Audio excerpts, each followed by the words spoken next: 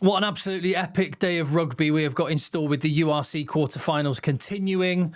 And I'm going to be right across every single match and giving you immediate reaction following the full-time whistles as they blow through the day. So keep checking in here.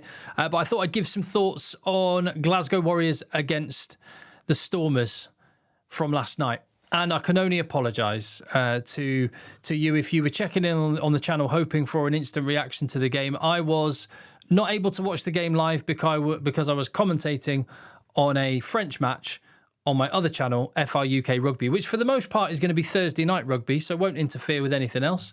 On this occasion, with it being playoffs, it did. But I have fully caught up, watched it in full, and I knew the result, but it didn't stop me being seriously impressed by those Glasgow Warriors. We had two champions going head-to-head, those from 2022 and 2024, and Glasgow still have a chance now to be the first team to win back-to-back titles in the URC. It was a convincing victory. I went for Glasgow in my prediction, but narrowly. And I think there's a mixture of admiration for Glasgow, and there's some serious questions to ask about the Stormers, which I want to get into on this. I'd really love to know your thoughts. Now it's the dust has settled a little bit on the result, and maybe you've had a sleep just to kind of react and have a think about what's happening. So let me know in the comments down below. Give the video a thumbs up and hit subscribe as well. Glasgow, firstly, they've got their mojo back. It was only a few weeks ago, and I feel bad for saying it now, but I was just calling it as it was. And probably some of those Glasgow players would be the first to admit they were not themselves. And I think I said it feels like the wheels were coming off. They slipped from second to third. But more than that, it wasn't just that they were losing the games. They were playing really poorly. The beatdown against Leinster in the Champions Cup obviously was as kind of poor as it got for them, 52-0 on that occasion. But they showed signs of a little bit of steel returning in that final regular season game against Leinster, certainly defensively. And we saw their attack properly get its mojo back in this game against the Stormers. Even without the two Ferguson brothers, even without Jack Dempsey, even without Hugh Jones, they looked nasty up front, and the back line was fizzing. And Glasgow, when they're at their best, just have such depth and that cohesion, that kind of hive mind. They're able to stand so deep because they're just, the quality of passing is so good. The intelligence of the running lines is so good. I thought Sione Tuipulotu, absolutely class. He's a little, well, no, he's not little, but he's kind of a tank of a bloke. Low centre of gravity, big, physical specimen. The quality of his distribution is absolutely outstanding. And when you've got people that work as hard as the wingers do, Kyle Steyn and Kyle Rowe were excellent. And, you know, Tom Jordan's had some wobbly weeks. It was looking good again for Glasgow. And with George horny doing horny things, kicking and distribution, they're in a good place. Stormers on the flip side, and the post-mortem on them. I can imagine, I don't know, like the time I spent in Cape Town, it can blow hot and cold there, and it can change like that, unannounced. And it feels a little bit like that with Stormers season. It was only a few weeks ago when Sasha Feinberg-Ngomazulu was putting in back-to-back genuinely world-class performances in a club jersey, doing things that were just unreal. And on this occasion, I mean, it wasn't not just Sasha FM, my favourite radio station, but the team as a whole, doing things which you wouldn't expect a team with the calibre of player that they've got to do. And that's going to naturally throw a lot of pressure onto John Dobson. Now, for the record, and to lay my cards on the table, Dobbo gave me the pleasure of his time at the Stormers training ground when I was in Cape Town, and I absolutely love the way the guy's brain works. He's a proper rugby man. What a rugby brain. He is someone that is so good to have in the sport, and he just gets it. He's going to come under pressure. But then I don't know, do you put it down to the coaching when some of the errors were so basic? I don't believe that the Stormers players are coached, and I don't believe that the Stormers players don't just know.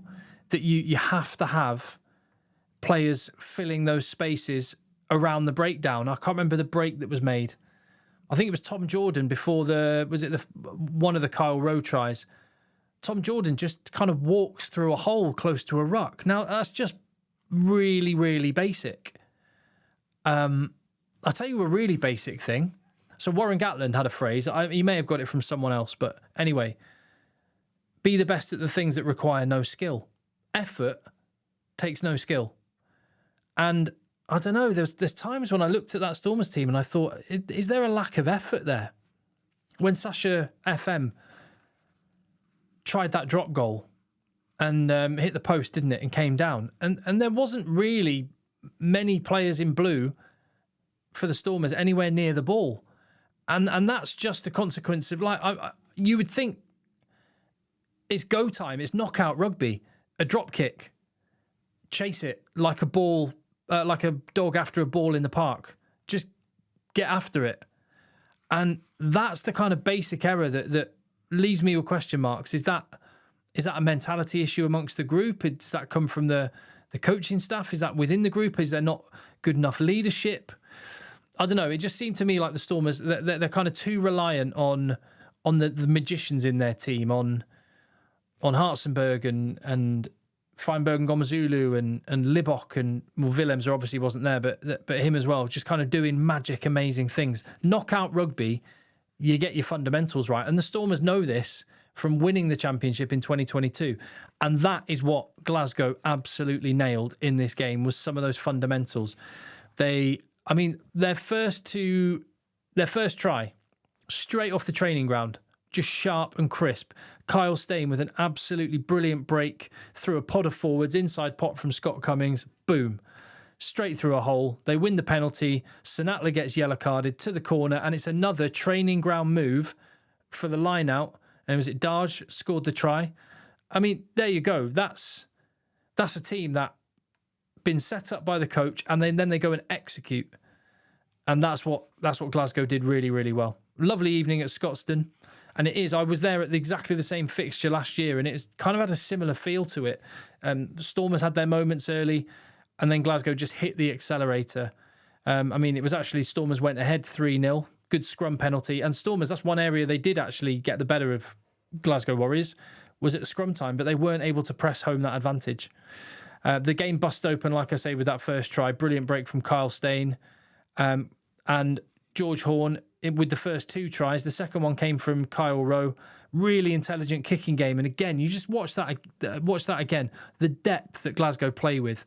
It's the sort of stuff. So I coach a university team, and I remember, when you play when you're young, it's one of those just absolute basics that coaches try and drill into you again and again and again. Depth and width. Depth and width. Depth gives you time, gives you options. And it just looks so good when Glasgow are in full flight. And I'll tell you what, Leinster, as it will probably be, they'll be wary. They'll be very, very wary. So it was, 14-3 up. George Horn knocking them over from the touchlines. Another penalty for the Stormers, 14-6 after 25 minutes. And then it was Sasha put up a spiral bomb. Absolutely massive hang time. Sinatla, there you go. There's a guy who actually did chase his proverbials off the whole night long, and he was rewarded for the chase. I think he might have got a little foot on it, and it's 14-13. They get themselves the try. Here's the problem, though. What do you do? And this speaks to it's a mentality thing. What do you do when you've scored? You've got yourself within 1 point. Right. Okay, we've just got ourselves back in it. Take care of the restart. Let's exit cleanly and try and apply a bit more pressure. What happens? Stormers give Glasgow an easy entry back into their 22, and Glasgow punish it. And Glasgow took their chances, and you have to commend that. The maturity of being champions, they just never seem to panic. Henko Venter, it could have been his last game for Glasgow. He's off to France, playing in Brive next year. He'll be in the back row with Courtney Laws there, but he'll want to go out being a champion again, and he scored a really good try. Second half, and this was the key moment. Or, no, the key moment came just after this. So Sasha and Libok on the field together. They combine. Libok with a little dummy, then the pass. St Atlas away for try number 2. It's 19-18. It's a 1-point match. Here you go. Right. We've got ourselves back into it again. Let's take care of business. No. We'll let the pressure come straight back on us immediately by not taking care of business. And this was the period. So it was 45 minutes and it's a 1-point game. 10 minutes later and the game's over. It's 36-18. 17 unanswered points in the next 10 minutes. And you have to credit Glasgow's brilliant attack. You have to just say, again, it was an absolute mess of a line-out for Stormers, which left the opportunity. But then that pass from Sione to Palotu, my goodness. So Glasgow are all stood flat in the defensive line. And Stormers are sort of rushing up into their D-line. Glasgow are just dropping back. So they're not actually moving forward. Tuipulotu's pass, though, outside the last Stormers defender. Kyle Rowe runs onto it. Absolutely perfect. And they're in. And that felt like it was that moment. It felt like the Stormers were a boxer and they just had one landed on the chin. Clean shot. And they are dazed. Stars and little birds flying around their head.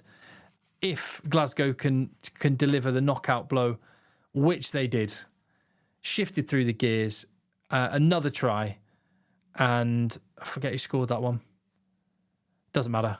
It was the knockout try, and it's 36-18. I thought Rory Darge was absolutely outstanding, just a menace, carrying, and with the fact there was no Matt Fagerson or Jack Dempsey, he just took so much responsibility, a proper leader performance from him.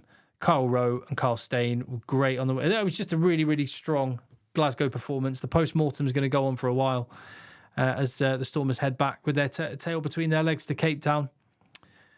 And have to look ahead and watch the other South African teams maybe making it to semi-finals. They might have to be watching from their sofa. We will see. Like I say, apologies for no video last night. But I didn't watch the game last night. I'll be watching every single match today and bringing you videos straight after it. So keep checking back in on the channel. I really appreciate the support. Thank you for that. And I'll see you on the next one.